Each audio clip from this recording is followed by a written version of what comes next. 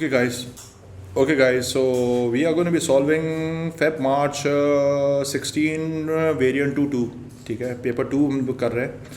So ये continuous हम लोग लाइन में चल रहे हैं, 3 घंटे की क्लास है. The speed v of a transverse wave on a uniform string is given by this expression. Okay, ठीक है, speed है, where t is the tension in the spring, L is its length and m is its mass. ठीक है. An experiment is performed to determine the speed v of the wave. Okay. The measurements are shown in figure this. State an appropriate instrument to measure the length L. बेटे metre rule बेटे उसकी औकात ही नहीं है, 126 centimetre तक major करेगा. बेटे 100 metre तक उसकी रेंज होती है. मीटर रूल यूज करोगे? Are you out of your mind? Tape measure use करोगे यार. सही है? कॉमन सेंस तो यूज करो ना थोड़ा सा. अच्छा, ये कह रहा है use the data to calculate the speed v. अब इसके अंदर हमें थोड़ा सा यूनिट का कंसिस्टेंसी चाहिए होगी. सो सबसे पहले फॉर्मूला क्या था?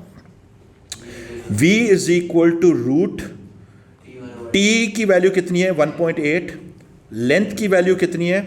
1.26 कर दूं, 1.26 मीटर्स डिवाइडेड बाय हमारे पास जो है इसके अंदर जो मास गिवन है वो ग्राम्स में, तो केजी में करना है. सो 5.1 इंटू 10⁻³ सही है. तो फिर v की वैल्यू निकालो.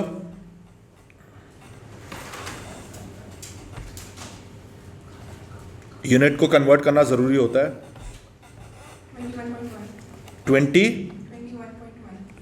21.1. ठीक है, इट मेक सेंस, क्योंकि minimum number of significant figure 2 थे, तो हम लोग एक सिग्निफिकेंट फिगर ज़्यादा दे सकते हैं. यहाँ तक भी पहुँच गए. ठीक है, हो गया. अच्छा, ये कह रहा है use your answer in B1 and data in figure this to determine the value of V with its absolute uncertainty to an appropriate number of significant figure. हमें इसकी पूरी V में एब्सोल्यूट अनसर्टेनिटी निकालनी है. सबसे पहली चीज़ है परसेंटेजेस गिवन है, शुक्र है इतना. पहले हमें निकालना होगा total percentage u should be equal to. अब हमारे पास, बी केयरफुल, हमारे पास सबके ऊपर रूट लगा हुआ है. अग्रीड. तो हम लोग इसको ऐसे कर सकते हैं 1 डिवाइडेड बाय 2 मल्टीप्लाइड बाय, पहले t में कितना है? 5%, 5 plus 1 divided by 2 multiplied by उसमें कितना है? लेंथ में कितना है? 1. और फिर उसमें कितना है? 2. तो ये टोटल परसेंटेज निकालो कितनी आ रही है? रूट लगा हुआ है तो 1/2 होता है ना. 4%. सही है, 4% आ रहा है सबका. अच्छा, 4% तक तो पहुंच गए. अब मुझे निकालना है इसकी absolute uncertainty. So ABS uncertainty in V must be equal to 4 divided by 100 multiplied by 21.1. इसको हमें 1SF तक देते हैं हमेशा. जवाब निकालो इसकी.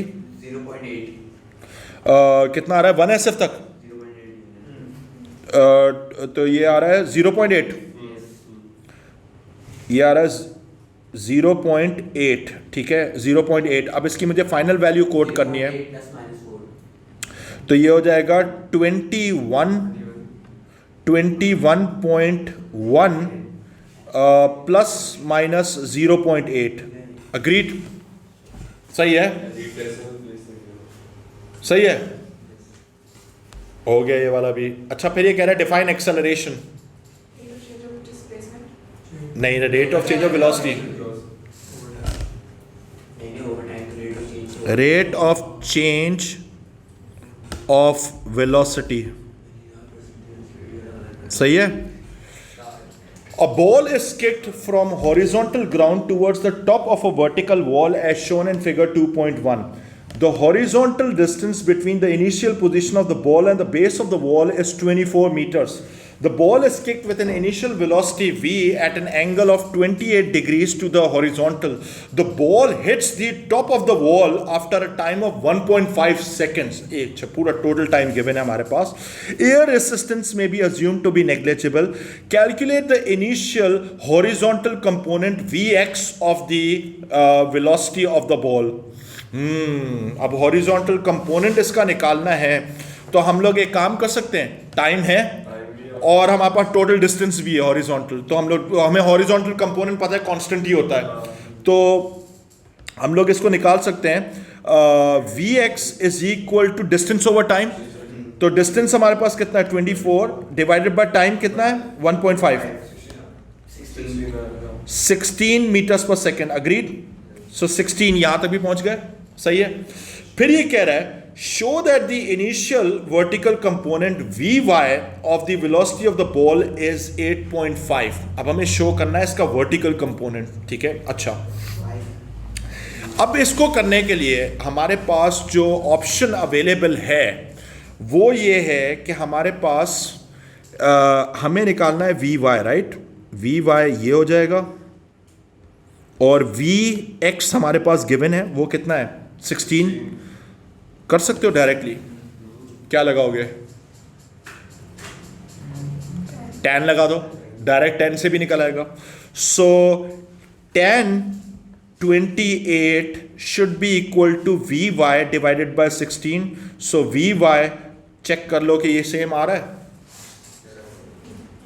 यही आ रहा है 8.5 मीटर्स पर सेकेंड। एक और भी तरीका था, एक और ये तरीका था कि आप हॉरिजॉन्टल कंपोनेंट को ही जो था v cos 28 को 16 के बराबर करते, पहले v निकालते फिर वर्टिकल पे भी जा सकते थे, लेकिन ख्वारी हो जाती, डबल स्टेप होते।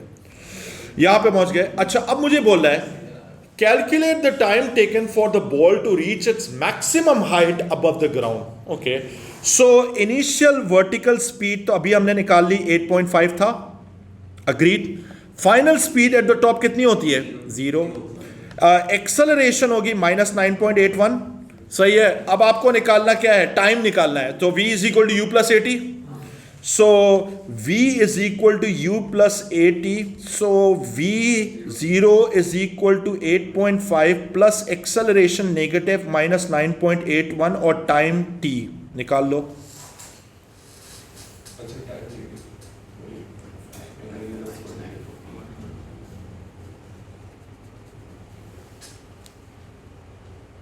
उसको बदलने के लिए 8.5 डिवाइडेड बाय 9.81 है यार 0.87। मुझे राउंड ऑफ सही से करके दो 87, ठीक है। अच्छा, यहाँ पे पहुँचते हैं। The ball is kicked at time t is equal to 0. On figure, sketch the variation with time t of the vertical component vy of the velocity of the ball until it hits the wall. It may be assumed that the velocity is positive when in the upward direction. Okay, सही है। सबसे पहली बात है initial velocity कितनी थी 8.5। 8.5 इधर कहाँ पर आएगा, ये आ जाएगा 7.5, 7.5, 8, 8.5, 9, 9 पर, सही है। तो इसका मतलब है कि हमारे पास ये हो जाएगा 5 था, ये हो जाएगा 7.5, 8, 8.5 ये, अग्रीड। एक तो ये पॉइंट हो गया, यहाँ तक भी पहुँच गए, सही है। अच्छा, अब ये मैक्सिमम हाइट पे कितने पे पहुँचा था 0.87 सेकेंड्स पर। तो मैक्सिमम हाइट हमारे पास 0.87 हम लोग कहाँ पे ढूंढेंगे इसमें, ये हो जाएगा 0.9, सही है। सो 0.82, 84, 86, 8, 87 तो यहाँ पे कहीं पे आ रहा होगा, यानी तकरीबन 88, ऐसे ही है ना, 88 पे आ जाएगा ये। यहाँ पे मार्क कर लूँ, ये कर लिया मैंने, सही है। एक मेरे पास क्रॉस पॉइंट मैं इधर मार्क कर रहा हूँ, सही है, ये हो गया, एस्टिमेटेड है, ठीक है। यहाँ तक भी पहुँच गए। अच्छा, फिर उसके बाद जो है ये इसने हिट कहाँ पे जाके किया था 1.5 पर। तो 1.5 वाली लाइन पहले बना लें, इधर डॉटेड लाइन मैंने बना दी इधर, सही है। अब मुझे पता है कि भाई ऊपर जाए या नीचे आए, एक्सेलरेशन की वैल्यू में तो चेंजेस नहीं आने वाले। एक स्ट्रेट सॉलिड लाइन बना लूँ, तो स्ट्रेट सॉलिड लाइन मैं यहाँ से एक खींचता हूँ, मैंने पहले कराया हुआ है।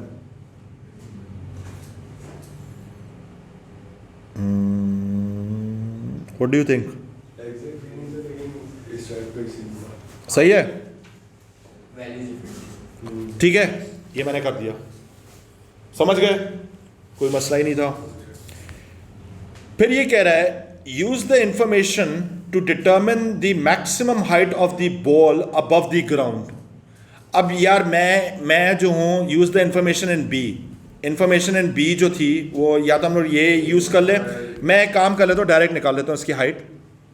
सो area under graph must be equal to half 8.5 multiply by time कितना था 0.87 था 0.87. That is it. निकाल लो डायरेक्ट आपके पास आ जाएगी. कितना आ रहा है? फॉर्मूला लगा के भी कर सकते हैं.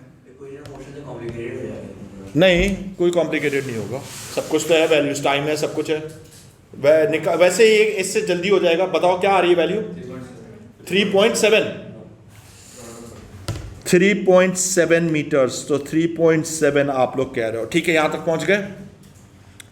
The maximum gravitational potential energy of the ball above the ground is this. Calculate the mass of the ball.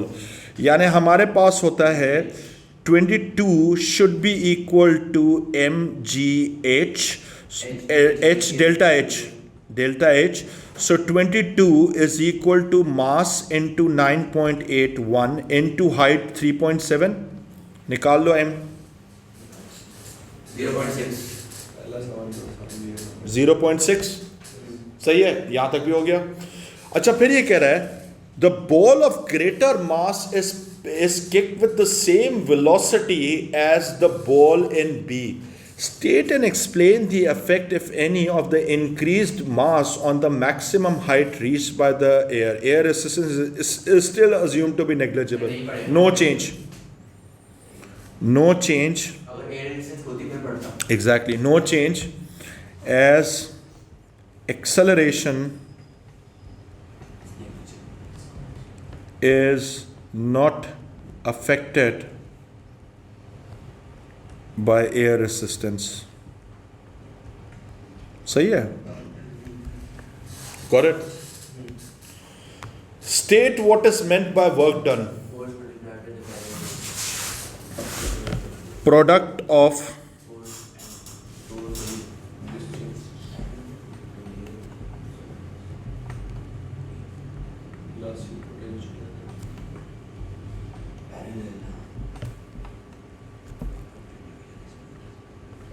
elastic potential energy.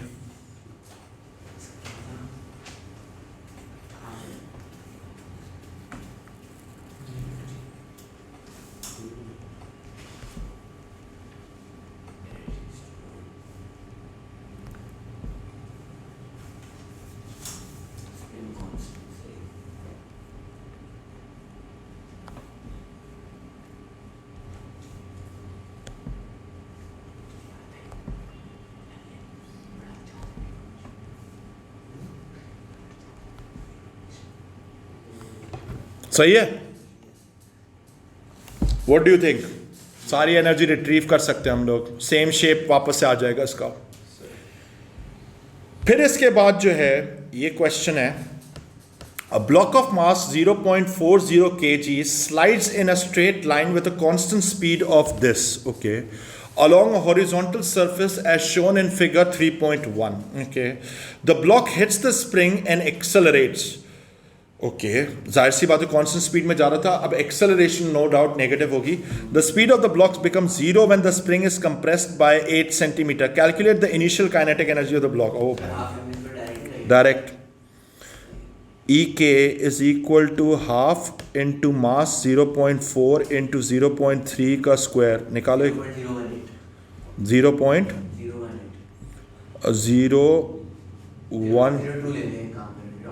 0.0180 कर लेते हैं, ठीक है, जूल्स, राइट.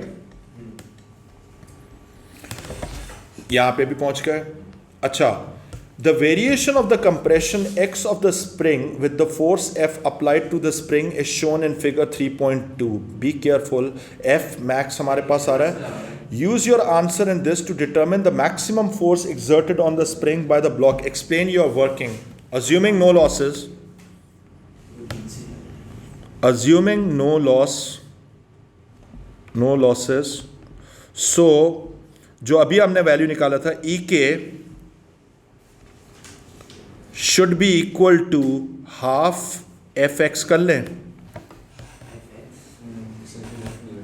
सही है ना, इलास्टिक स्ट्रेन एनर्जी, राइट। सो ई के कितनी आ रही थी हमारे पास 0.018, 0.018 is equal to 1/2 into F max multiplied by distance moved 8 into 10⁻⁻² centimeters। निकाल लो F max।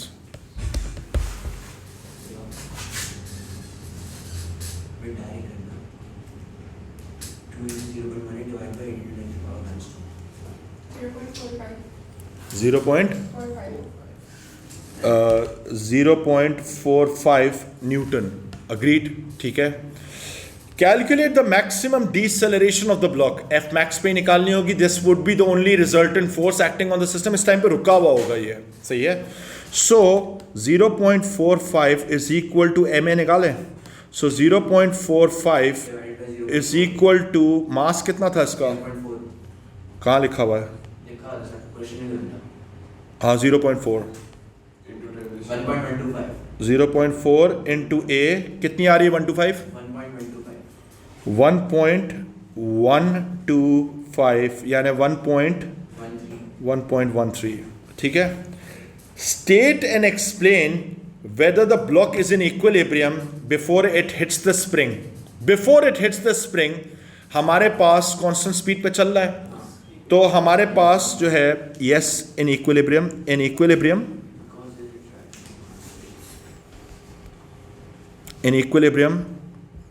as resultant force is 0 when its speed becomes 0, not in equilibrium, क्योंकि maximum force लगी हुई है इस पर।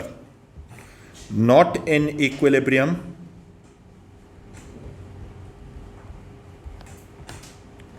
resultant force is equal to f max। सही है, खत्म बात। The energy stored in the spring is given by this expression, okay, where k is the spring constant of the spring and x is its compression, okay। The mass m of the block and B is now varied। अच्छा, ये क्या बकवास कर दिया इसने। The initial speed of the block remains constant and the spring continues to obey Hooke's law, okay। Sketch the variation of the maximum compression x naught of the spring with mass m। ये वाला मुश्किल सवाल दे दिया इसने। अब इसमें मास में कहाँ से लेकर आऊँगा, यानी हमारे पास अच्छा बन सकता है। पहले मैं एक काम कर रहा हूँ, half m v square is equal to 1/2 kx²। Agreed, ये था। अब हमारे पास स्पीड तो इसने सेम ही दी हुई है, यही बोला है ना इसने, the initial speed remains the same. तो इसका मतलब है कि हमारे पास जो चीज़ कांस्टेंट है वो ये, एक मिनट ये हट जाए, ये कांस्टेंट है, ये कांस्टेंट है, ये कांस्टेंट है, के कांस्टेंट है, सिर्फ एक्स में वेरिएशन आ रही होगी। अग्रीड, ऐसा ही है मैक्सिमम कंप्रेशन। यानी मैं इसमें लिख सकता हूँ कि m is directly proportional to x naught square. Agreed, यानी मेरे पास जो है x naught square vertical axis पे है और m जो है हॉरिजॉन्टल एक्सिस पे है। यानी मेरे पास जो होगा इसको यूँ लिख सकते हैं, x naught is directly proportional to √m। यानी हमारे पास जो ग्राफ आना चाहिए y is equal to x raise to power half का ग्राफ आना चाहिए। ये वाला ग्राफ कौन सा वाला ग्राफ होगा? ये वाला कर्व आप स्केच कर सकते हो, करो, 2 मिनट में टाइम देता हूँ बना। एक सिंपल लॉजिक ये है, काइनेटिक एनर्जी बढ़ रही है बिकॉज ऑफ द मास। अगर काइनेटिक एनर्जी बढ़ रही है तो इसका मतलब है कि हमारे पास ज़्यादा कंप्रेशन होगी, ज़्यादा एनर्जी उसमें ट्रांसफ़र होगी। तो इसका मतलब है कि हमारे पास जो कर्व आएगा वो ये वाला आना चाहिए, वरना फिर आप जो है इसके थ्रू भी आप प्लॉट कर सकते हो। सही है, ठीक है। ये तो हो गया। अच्छा जी, नेक्स्ट स्टेप। ओके, ओ waves waves waves waves waves waves waves. By reference to the direction of propagation of energy, state what is meant by a transverse wave। हमारे पास vibration of particles particles in a medium must be perpendicular to the direction of propagation of energy. State the principle of superposition. Opposite direction में चाहिए wave होगा। अबे opposite में क्यों? ये stationary wave नहीं है। बोला था मैंने ऑपोजिट क्यों? Wave of the same type must overlap each other. इतना तो पता था मुझे, बाकी क्या? पहले मैं इसको लिखना चाह रहा हूँ पॉइंट वाइज, एक मिनट। नहीं तो स्टेशनरी वेव है।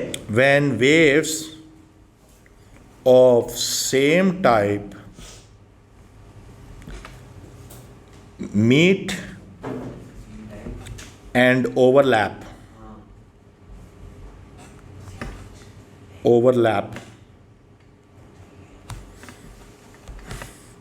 सुपरपोजिशन नहीं, भाई सुपरपोजिशन को तो डिफाइन करना है। Resultant displacement,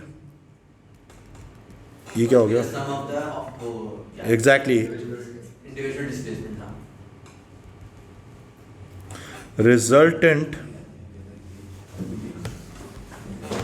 displacement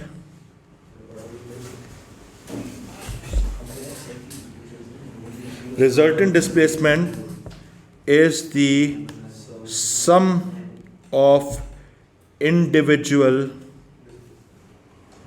displacements. सही है?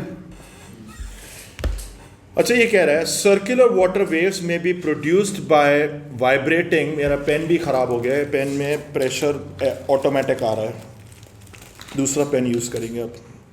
ओके,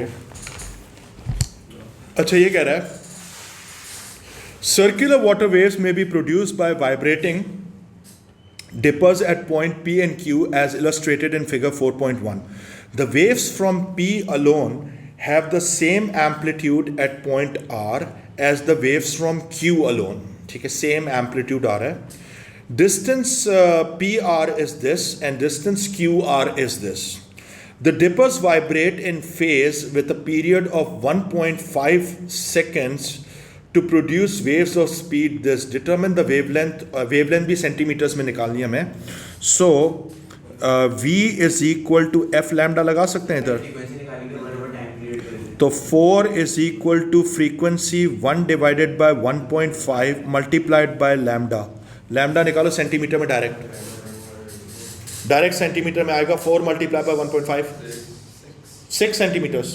ओके, सो 6 हमारे पास आना चाहिए। Lambda is equal to 6 centimeters. Agreed. फिर ये कह रहा है by references to the distances p r and q r explain why the water particles are at rest at point r. Okay, अब यहां पर हमारे पास सबसे पहली चीज है, हमें by references to the distances, ये बड़ा इंपॉर्टेंट है। सबसे पहली बात है पार्ट डिफरेंस है इसके अंदर। पहले पार्ट डिफरेंस जरा निकालते हैं, इसमें कितना आ रहा है? पार्ट डिफरेंस कितना आ रहा है? 15 आ रहा है। 44 माइनस 29 इज इक्वल टू 15। सही है, ये आ गया पार्ट डिफरेंस। अब मेरे को बताओ वेवलेंथ आ रही है 6। सही है, अब मुझे एक बात बताओ कि अगर ये पार्ट डिफरेंस 15 है, 15 सेंटीमीटर है, मैं आप लोगों से पूछना चाहता हूँ जनरल आइडिया, मेरे पास जो वेवलेंथ है, ये जो पार्ट डिफरेंस आ रहा है, is this an odd number of half wavelength? कितना आ रहा है ये odd number of half wavelength के बराबर है। भाई हाफ वेवलेंथ कितनी है? वो हो जाएगी 3, और फिर 3 से मैं क्या चीज मल्टीप्लाई करूंगा तो 15 बनेगा 5। तो ऑड नंबर ऑफ वेवलेंथ हो गई। सही है, यानी टेक्निकली ये हमारे पास आ रहा है odd number of half wavelength हो गया। तो मैं अब इसमें लिखूंगा path difference is an odd number of half wavelength. Path difference is equal to 15, path difference is equal to 15, which is actually equal to 15 is equal to 5 multiplied by lambda कितना आ रहा था इसका 6, लैम्डा इसमें आ रहा था 6 centimetres divided by 2, सही है। सो इसका मतलब है कि हमारे पास जो भी आना था वो आ चुका है, सही है, अग्रीड, यानी ये odd number of half lambda भी हो गया, सही है। So waves meet out of phase by 180 degrees. So destructive interference. जी अगर path difference odd number of half नहीं हो तो फिर ये इन फेज होता है ना। जी सही है, समझ गए, हो गया, कॉमन सेंस था। अच्छा फिर ये कहता है a wave is produced on the surface of a different liquid, okay, at one particular time the variation of the vertical displacement y with distance x along the surface of the liquid is shown। मेरे पास एक चीज़ नज़र आ रही है कि इसके अंदर इसका amplitude गिरता जा रहा है, सही है। The wave has intensity I1 at x distance x is equal to 2, सही है। यहाँ पर इंटेंसिटी हमारे पास I1 है एंड इंटेंसिटी I2 एट ये इस वाले पर्टिकुलर पॉइंट पर, सही है।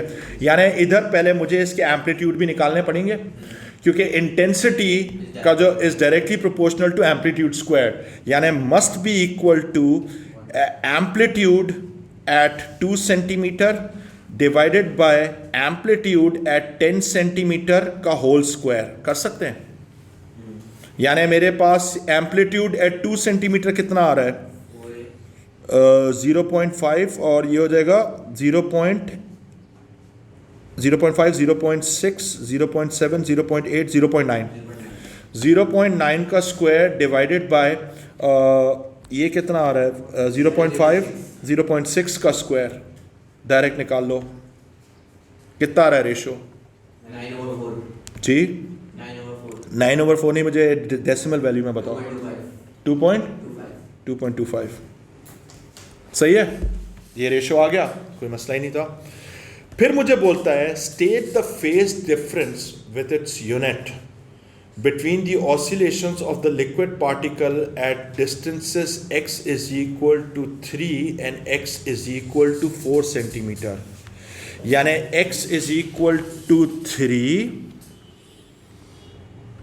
और x is equal to 4 centimetre के बीच में मेरे पास जो फेज डिफरेंस है वो कितना आ रहा है। भाई इधर से देखो, यहाँ से यहाँ तक मेरे पास 180, फिर ये 90 और ये फिर 360, टोटल 360 हुआ, तो ये क्वार्टर है तो 90। फॉर्मूला ज़रूरत ही क्या है, 1 मार्क का था, 90 आउट ऑफ फेज है, 90 डिग्रीज अभी मैं लिख रहा हूँ इसको, सही है। या मैं ये भी कर सकता था पाई डिवाइडेड बाय 2 रेडियंस, सही है, ये भी हो गया। ओ भाई 2 मिनट का ब्रेक, बिस्मिल्लाह, कंटिन्यू कर रहे हैं इसको। ओके माय गॉड, अच्छा ये कह रहा है state what is meant by an electric. अबे भाई ये क्या हो गया इसको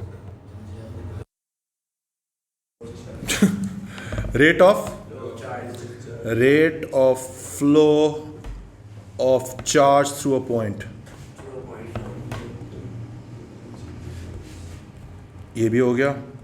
define electric potential difference,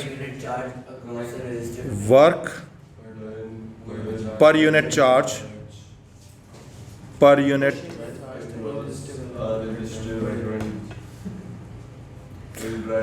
charge, बस ऐसा कहते वर्क पर unit charge in transferring energy, ये भी लिख सकते हो, इन ट्रांसफरिंग एनर्जी, बस इतना ही लिख दो, सही है।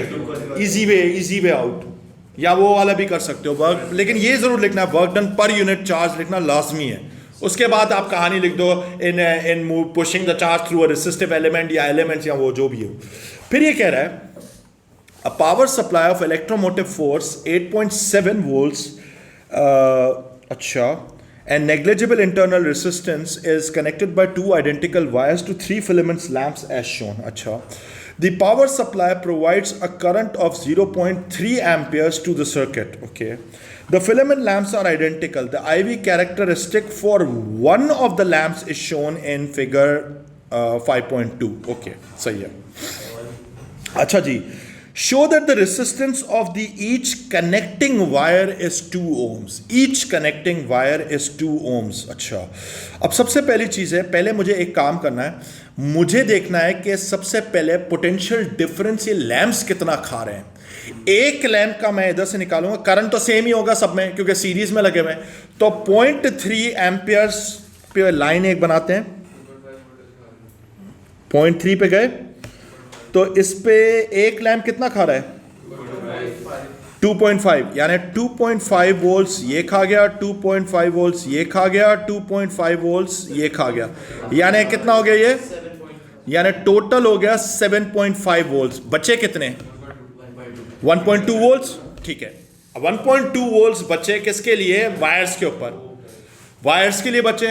लेकिन हमारे पास दो वायर्स हैं, सही है, दो कनेक्टिंग वायर्स हैं. इसने मुझे बोला क्या, show that the resistance each connecting wire is 2 ohms. ठीक है, पहले मैं निकालता हूं total resistance of two connecting wires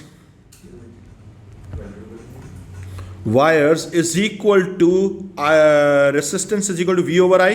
voltage कितना बचा है 1.2 डिवाइडेड बाय 0.3 कितना आ रहा है, ये हो जाएगा 4 ohms. So for one wire 2 ohms. Agreed, सही है, ये भी हो गया. The resistivity of the metal of the connecting wire does not very with temperature. Okay, resistivity. Sketch the IV characteristics for one of the connecting wires on figure 5.2. इसने मुझे बोला है the resistivity of the metal of the connecting wire does not very with temperature. Okay, on figure sketch the IV characteristic for one of the connecting wires. एक ही wire का करना है, सही है. अब उसकी रेसिस्टेंस हमारे पास कितनी है, 2 ohms थी, 2 ohms है एक वायर की, सही है, रेसिस्टेंस. अब मेरे का एक सिंपल सा सवाल है, ठीक है, 2 ohms है. अब जरा सुनो, लिसन, करंट कितना जा रहा है इसमें से 0.3. वोल्टेज जरा निकाल लो इस पे, कितना वोल्टेज खा रहा है 0.6. अच्छा, इधर आते हैं. तो सबसे पहले 0.6 जो है वो यहां पे आ रही होगी लाइन, ये लाइन मेरे पास 0.6 की है. अग्रीड. अच्छा, 0.6 और मेरे पास करंट कितना था 0.3, यानी मेरे पास जो है एक क्रॉस पॉइंट मैं इधर मार्क कर सकता हूं. और मेरे पास जिसका जो ग्राफ बनेगा वो सॉलिड स्ट्रेट लाइन बनेगी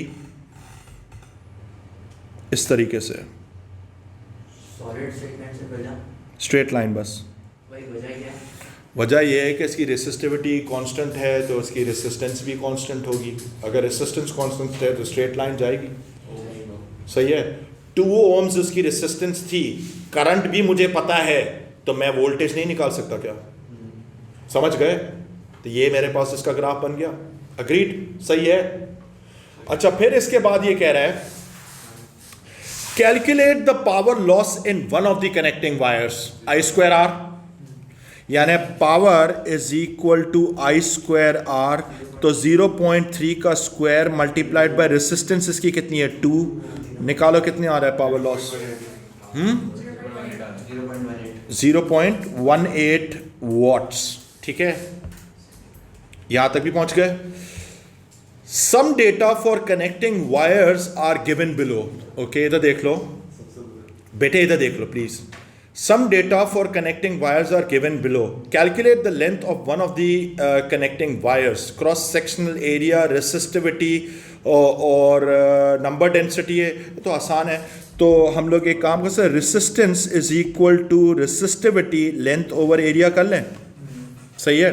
सो रेसिस्टेंस कितनी थी 2 थी, रेसिस्टिविटी कितनी है 1.7 इंटू 10⁻⁻⁸ मल्टीप्लाई बाय लेंथ कितनी है, लेंथ हमें निकालना है.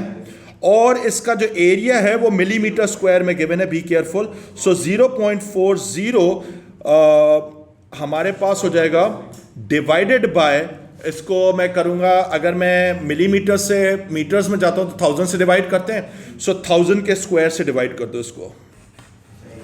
सही है, लेंथ निकाल लो।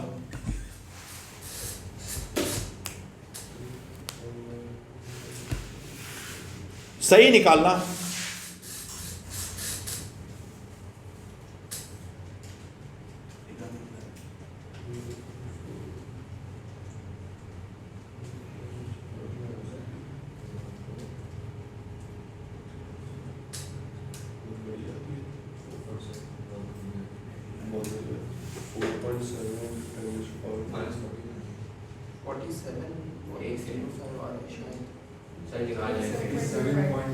कितनी?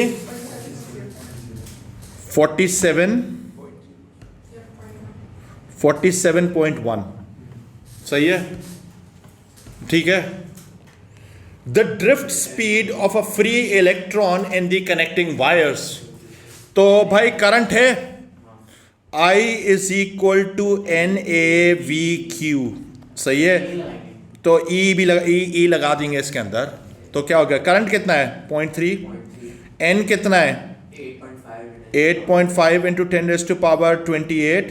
क्रॉस सेक्शन एरिया फिर से वही बकवास है, 0.4 डिवाइडेड बाय 1000 का स्क्वायर मल्टीप्लाइड बाय V हमारा टारगेट है, और चार्ज ऑफ एन इलेक्ट्रॉन कितना होता है? 1.6 इंटू 10⁻19। निकाल लो V की वैल्यू।